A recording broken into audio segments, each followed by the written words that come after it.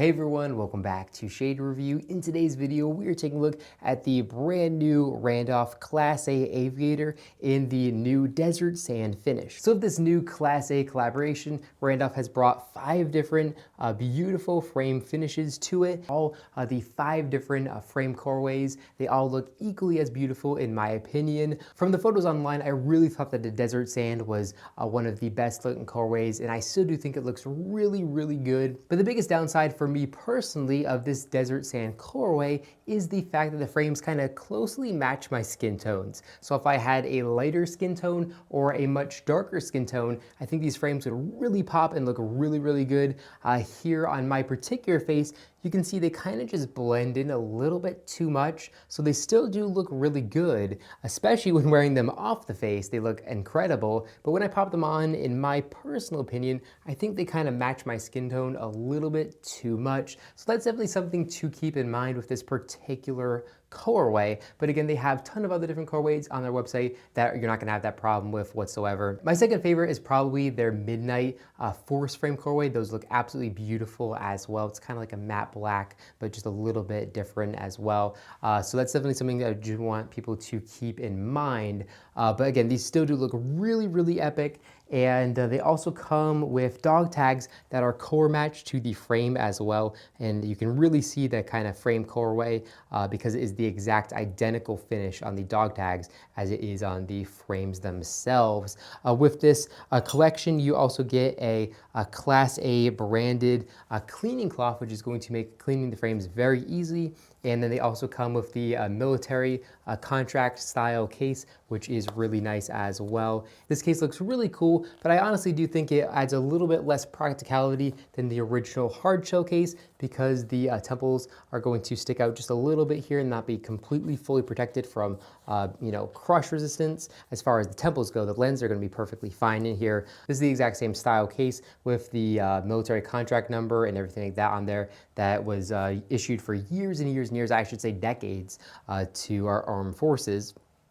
So definitely really cool as far as that goes as well. Now, as far as some of the other little fine details of these frames goes, these are going to have a little etched Randolph logo here in the top left corner of the lens for authentication purposes. These frames are, of course, handmade in USA, so they say Randolph, made in USA in the inner left temple of the frames. And then through the clear bayonet ear rest, we can see they do say Class A collection there, which is a nice little feature. And then here on the outside bayonet, we can see it does say Randolph USA as well. And then if we take a look here in the inner left temple, we can see the exact model number and information there. And then the last thing I want to mention here is we can see a little RE USA logo here on the top bridge, and then here on the second bridge, we can see it says AF 5520, which of course stands for the lens size in the bridge width of this particular pair of frames. Because I have the standard size, these are produced in all 4 different lens sizes as well, so definitely keep that in mind. You can get these frames perfectly dialed in. Another really cool styling element of these frames is their gold